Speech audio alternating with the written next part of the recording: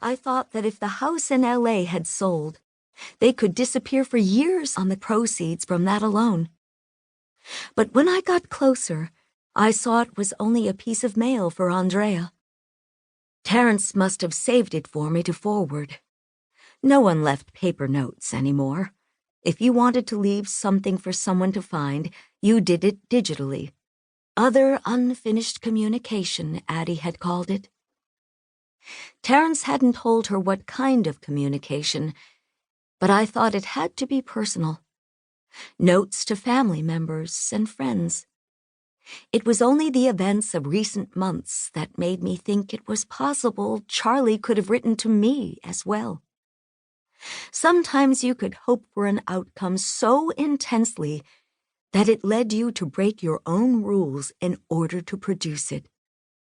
Even very distinguished scientists sometimes saw a meaningful pattern in what turned out to be simply noise.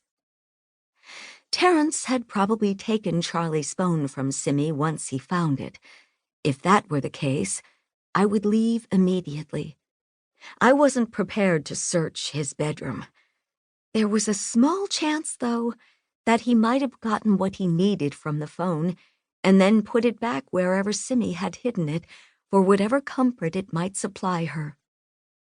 I remembered that once, when he was in preschool, Jack had asked if I could leave my phone with him during the day. Only later had I had the unsettling realization that it must have seemed to him like a way of guaranteeing my return. Terence had recognized the phone's significance in the first conversation we'd had about it. A 21st century transitional object for a transition no one wanted their child to have to make. I looked now toward Simi's room, the door slightly ajar. I did think about what would happen if they came back while I was inside, but even then there were explanations I could give. I'd smelled gas or heard a noise. I was the landlord as well as a friend, and Terence knew that I kept a key. I went into Simi's room. This was less tidy, with clothing on the floor and books, the same type of graphic novels Jack preferred, in a pile by the bed. The nightstand was cluttered with the detritus of childhood.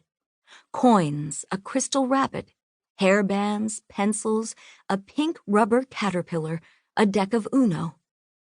There was a trophy with a golden gymnast balanced on her hands, legs scissored above her head. The lamp was decorated with satin award ribbons. But the wooden kitchen was gone. I looked around. Maybe she'd finally gotten rid of it now that it was no longer useful as a hiding place.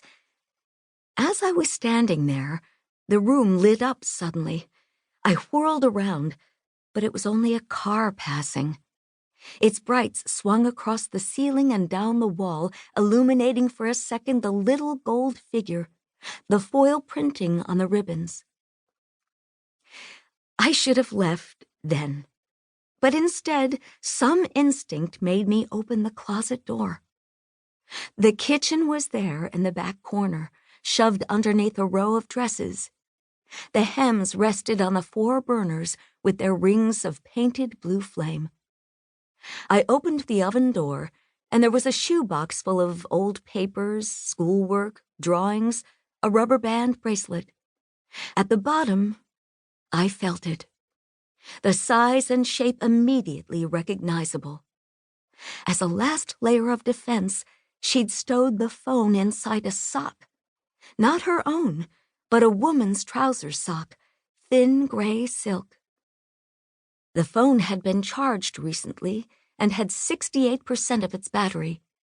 The photo on the home screen was of Simi when she was 4 or 5, looking very seriously at something in her hand, a shell.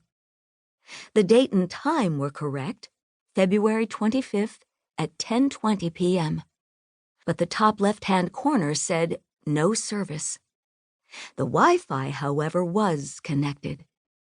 I put in the passcode, 1234, and opened Charlie's messages. The ones between Simi and me I knew almost by heart, stretching back from Love Ya Lady to the most recent, Just her name and a question mark.